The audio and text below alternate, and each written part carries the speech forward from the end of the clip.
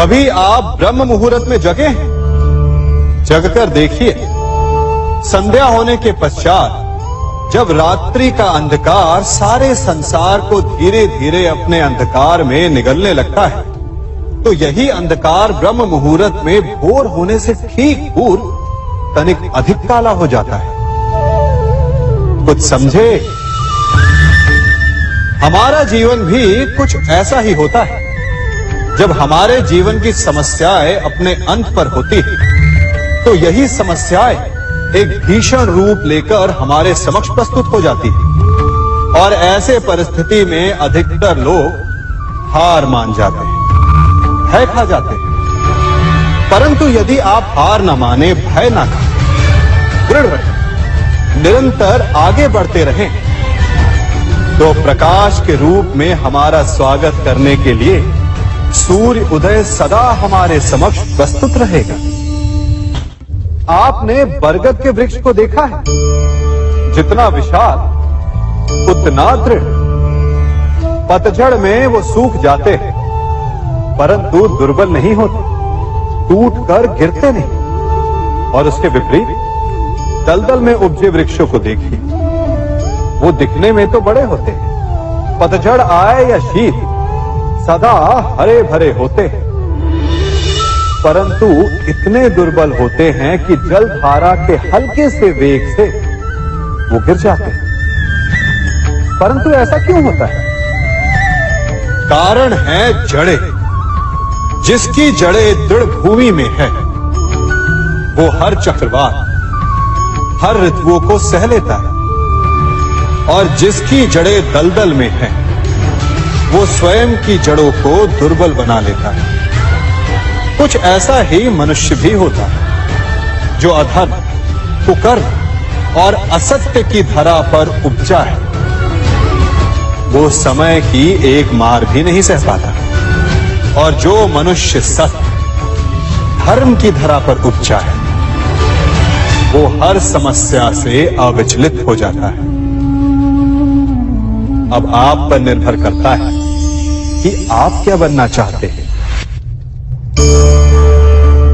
हमारे जीवन में मित्र और शत्रु बड़ा महत्व रखते हैं। यदि गंभीरता से सोचा जाए तो ऐसा कोई क्षण नहीं जब हम अपने मित्रों के बारे में ना सोचते हो या फिर अपने शत्रुओं के बारे में। हमारा हर कार्य या तो हमारे मित्रों के हित के लिए होता है या फिर हमारे शत्रुओं के अहित के लिए। हम हर स्थान या तो अपने मित्रों के साथ होते हैं या फिर अपने शत्रुओं के साथ। कोई नहीं चाहता कि उनका शत्रु प्रसन्न रहे। हर कोई अपने शत्रु को नष्ट कर देना चाहता है, और ऐसा करने के लिए वो हर संभव प्रयास करता है। उसे आर्थिक, मानसिक और शारीरिक हानि पहुंचाने का प्रयास करता है। परंतु यदि मैं आज आपको ऐसा मंत्र सिखाऊं जिससे आप अपने शत्रु को सदा के लिए नष्ट कर दे दो,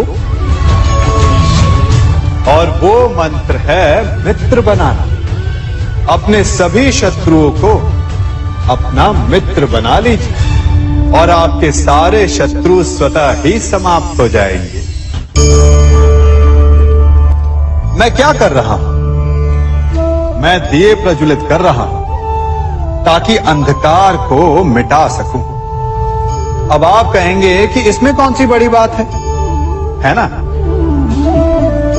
परंतु इसमें महत्वपूर्ण बात समझने के लिए यह है कि मैं क्या नहीं कर रहा हूं, और मैं अंधकार नहीं कर रहा हूं। क्योंकि अंधकार को मिटाने के लिए प्रकाश का अस्त्र तो उठाना ही पड़ता है। बुराई को बुराई से नहीं, अच्छाई से जीता जाता है। अन्याय को अन्याय से नहीं, न्याय से लड़ा जाता है। क्रोध को क्रोध से नहीं, क्षमा का साथ लेना होता है। ठीक उसी प्रकार एक लोहा लोहे को काटता है, परंतु एक ठंडा लोहा ही गर्म लोहे को काट सकता है। इसलिए यदि आपको अपने जीवन में विजयी होना है, तो अपने शस्त्रों को, अपने अस्त्रों को सोच समझ कर उठाइए, क्योंकि एक अनुचित सोच परिणाम पर भारी प्रभाव डाल सकती है। आप सब सोच रहे होंगे कि ये क्या मैं करने लगा। मैं इस पौधे को जड़ से उखाड़ रहा हूं। आश्चर्य हो रहा है ना कि एक पौधे को उखाड़ना या काटना ना केवल एक अपराध है अपितु पाप भी है। तो फिर मुझे ऐसा करने की क्या आवश्यकता पड़ गई? क्योंकि कई बार विनाश ही सृजन तक पहुंचाता है। यदि नया भवन बनाना हो तो पुराने भवन को गिराना पड़ता है। व्यवस्था को परिवर्तित करने के लिए क्रांति लानी पड़ती है। और उसी प्रकार यदि किसी वृक्ष या किसी पौधे की जड़ों में घुन लग जाए या उसका मूल सड़ जाए तो उसे जड़ से उखाड़ देना ही श्रेयस्कर होता है, ताकि उस स्थल पर नए पौधे उपज सके। युद्ध करना पर्याय नहीं,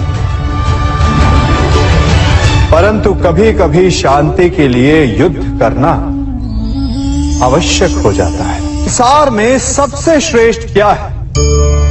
फूल या कांटे, प्रेम या घृणा, संपन्नता या दरिद्रता, मित्र या शत्रु?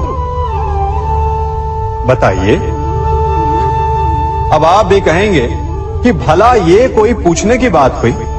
अवश्य, फूल, प्रेम, संपन्नता और मित्र ही श्रेष्ठ है। परंतु क्या आपने अपने जीवन में कभी सोचा है कि हर एक भाव, हर एक वस्तु, हर एक घटना का एक गुण धर्म होता है? त्वचा पर जलन करने वाले फूलों से अधिक श्रेष्ठ वो कांटे हैं जिनसे आप अपने घर की बाढ़ बनाते हैं ताकि वन्य पशु आपके भीतर ना आ सके।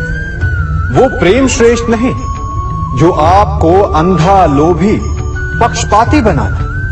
वो घृणा श्रेष्ठ है जो आपको नया मार्ग दिखाते। वो संपन्नता श्रेष्ठ नहीं जो आपको कृपण बनाते, मत्तांध बनाते। वो दरिद्रता श्रेष्ठ है जो आपको जीवन में परिश्रम करने की शिक्षा दे। कुविचार देने वाले, बुरा मार्ग दिखाने वाले मित्रों से अधिक श्रेष्ठ वो शत्रु होते हैं जो हमें जीवन का लक्ष्य दे दे। इसलिए अपने जीवन में हर वस्तु, हर भाव, हर घटना के गुण धर्म को पहचानिए और उसके पश्चात अपना चयन कीजिए।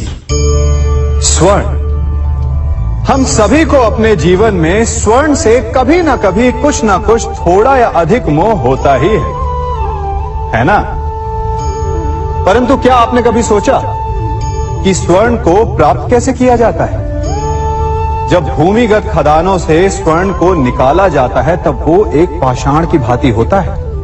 ऐसा पाषाण जिससे आप किसी को भी मार सकते हैं, परंतु उसे आभूषण के रूप में स्वयं के शरीर पर धारण नहीं कर सकते। यदि उसे आभूषण बनाना है तो उसे लंबी यात्राएं करनी होती है। उस पाषाण को पिघलना होता है। सुनार के हथौड़ी की अनेकों चोटें खानी पड़ती है। फिर काट छाट और उसके पश्चात जाकर वो ऐसा आभूषण बनता है जो हमें वर्षों तक, सदियों तक लुभाता रहता है। इसलिए यदि आपको समय पर विजय पानी है तो स्वयं के निर्माण पर समय देना होगा। हम सभी सुनते आए हैं कि जो वीर होता है, साहसी होता है, शौर्यवान होता है, उसके समक्ष सारा संसार झुकता है। वीर भोग्य वसुंधर। परंतु वीरता है क्या? शौर्य क्या है? साहस क्या है?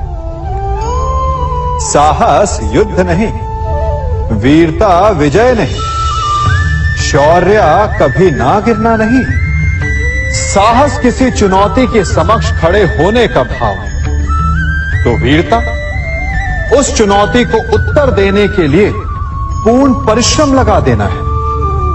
और शौर्य का अर्थ है गिरकर फिर से उठने का साहस रखना, बार बार प्रहार करके वीरता दिखाना, निरंतर प्रयास करते रहना, निरंतर परिश्रम करते रहना। इसलिए विजयी होने से अधिक महत्वपूर्ण है शौर्यवान होना, क्योंकि जो शौर्यवान है उसे विजय मिलना निश्चित है।